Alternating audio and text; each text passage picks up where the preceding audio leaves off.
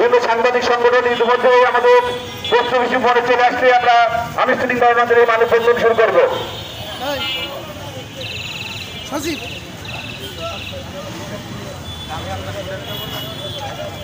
প্রিয় সহযোদ্ধারা, আপনারা জানেন যে আমাদের নড়াইল জেলার সময় টেলিভিশন একজন সাহসী সাংবাদিক, সাহসী কলম যোদ্ধা, যিনি সৈয়দ সজিবুর রহমান সবসময় মানুষের জন্য মানুষের পক্ষে কথা বলেন এবং প্রতিনিয়ত লাইভ করেন, বিভিন্ন চিত্র তুলে ধরেন। একটা বস্তি তারপরে যে বর্বরিত হামলা চালিয়েছে, তাকে কুপিয়ে দখল করেছে, যে নির্যাতন চালিয়েছে, আমরা এই ঘটনার বিচার চাই এবং অবিলম্বে এই ঘটনার সাথে যারা যুক্ত তাদের খুঁজে তাদের শাস্তির আওতায় আনার দাবি জানাচ্ছি। আপনারা জানেন যে সজীব এখন মৃত্যু সজ্জায়, জীবন মৃত্যু সন্ধিক্ষণে রয়েছে। আজ এই সজীবের এই হামলার ঘটনায় সারা বাংলাদেশে মানববন্ধন হচ্ছে। শুধু ঝিনাইদহ না, প্রতিটি জেলায় জেলায় সাংবাদিক সমাজ মাঠে নেমেছে। আমরা চাই, আমরা প্রশাসনের কাছে দাবি জানাই যে সজীবী যারা হামলা চালিয়েছে, যারা কুপিয়ে দখল করেছে, অবিলম্বে ওর সকল সন্ত্রাসীদের গ্রেফতার করার দাবি জানাচ্ছি। বক্তব্য দিবেন সাংবাদিক এম এ দেবেন।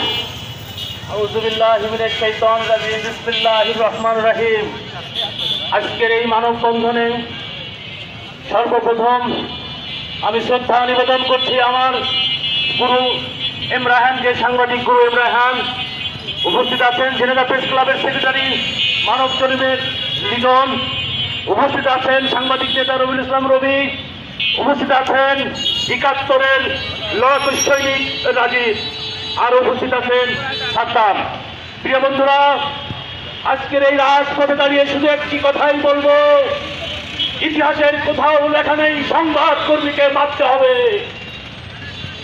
প্রিয় দেশবাসী, প্রিয় ঝিনাইদহবাসী, এই সাংবাদিককে যখন আঘাত করা হয়েছে, এই সাংবাদিক রাজীব যখন সাংবাদিক সচিব এখন মৃত্যুর শয্যায়, এক সাংবাদিক যখন মৃত্যুর শয্যায়, হাজারো সাংবাদিক এখন রাজপথে।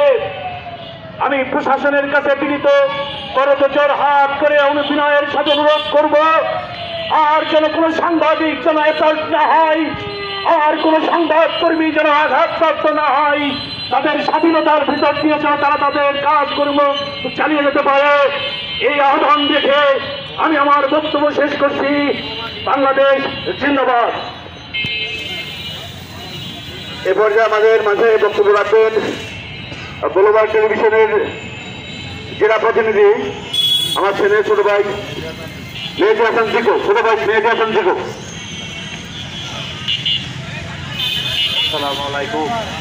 আজকে আমরা উপস্থিত হয়েছি মানববন্ধনে আমাদের এক সহকর্মী ভাই, আজকে তাকে হত্যার উদ্দেশ্যে যে আঘাত করা হয়েছে, জখম করা হয়েছে ধারালো অস্ত্র দিয়ে। সাংবাদিকরা দেশে কবে নিরাপদ হবে জাতি জানতে চাই, সাংবাদিক ভাইয়েরা জানতে চাই, আমরা কি নিরাপদ নয়? আমরা কি তাহলে বাসায় থাকতে হবে? এই জনতার কথা কে বলবে? আজকে জনতার কথা বলতে গেলে যদি হামলার শিকার হতে হয়, খুনের শিকার হতে হয়, জখমের শিকার হতে হয়, তাহলে আমাদের তো হাত পা গুটিয়ে বসে থাকার মতো নয়, আমাদের তো কর্ম করতে হয়। আমরা কেন বারবার নির্যাতিত হব? এর প্রতিকার কে করবে?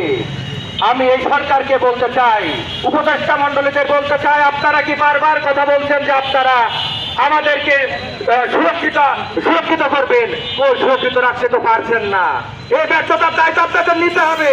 কেন নিচ্ছেন না? কেন আপনারা কঠোর হচ্ছেন না? কেন প্রশাসন কঠোর হচ্ছে না? আমরা জানতে চাই। আমার কোনো ভয় আর কেন সামান্য স্পর্শ যেন কেউ না করতে পারে, নির্ভয়ে তারা সংবাদ পরিবেশন করতে পারে, সেই বাস্তবতায় আমরা নাই। সেটা করতে হবে। কিভাবে করবে সেটা প্রশাসন জানে, সরকার জানে। আমরা বারবার রাস্তায় যাবো, মায়ের খাবো, রাস্তায় আসবো, দাঁড়াবো, এটা হতে পারে না। এভাবে দেশ চলতে পারে না। আমাদের চতুর্থ স্তম্ভ সংবিধানের, সেই স্তম্ভকে নড়িয়ে দেওয়া যাবে না, এটা আমরা মেনে নেব না। আর যদি কোনো ভাইদের উপরে কোন রকম হাত তোলা হয়, হত্যার উদ্দেশ্যে তাদেরকে দখল করা হয়, অবশ্যই আমরা আরো কঠোর অবস্থানে যাব ইনশাল্লাহ। আর কোনো ছাড় নয়, আর কোনো চলাচলা নয়। আমরা সুস্থ বিচার চাই। আমার এই ভাইয়ের, নড়াইলের যে ভাই সময় টিভির প্রতিনিধি, জেলা প্রতিনিধি ভাইয়ের উপরে যে হামলা হয়েছে, দ্রুততম সময়ের মধ্যে তাকে গ্রেপ্তার করে অবশ্যই আইনের আওতায় আনতে হবে দোষীদের। এই বলে আমার সংক্ষিপ্ত বক্তব্য শেষ করছি। আল্লাহ হাফেজ।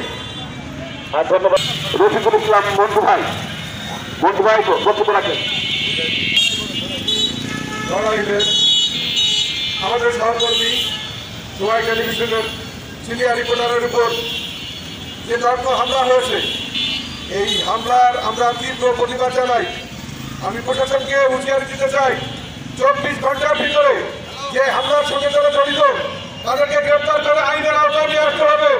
তাহলে আমরা দেশব্যাপী আমাদের সাংবাদিক বন্ধুদের সাথে নিয়ে সারা দেশে এই নগ্ন হামলার প্রতিবাদে আমরা দুর্বার আন্দোলন করে তুলব। সাথে সাথে আমরা এটাও বলতে চাই, সাংবাদিকরা এর পরও যদি নির্যাতনের শিকার হয় তাহলে তারা হাত ফুটিয়ে বসে থাকবে না। আমি সর্বশেষ জনগণ প্রশাসন এবং আমাদেরকে প্রশাসনকে জানাতে চাই যে এই যারা দুর্বৃত্ত, এই দুর্বৃত্তদের চিহ্নিত করে তাদেরকে আইনের আওতায় আনতে হবে। সকলকে ধন্যবাদ। সিনিয়র রিপোর্টার রফিকুল ইসলাম মন্টু এ পর্যায়ে আমাদের মাঝে বক্তব্য প্রদান করবেন জেনারেল টোয়েন্টি4-এর সিনিয়র রিপোর্টার, ঝিনাইদহ টেলিভিশন সাংবাদিক ফোরামের সাংগঠনিক সম্পাদক, ঝিনাইদহ প্রেস ক্লাবের নেতা জনাব সাজ্জাদ হোসেন।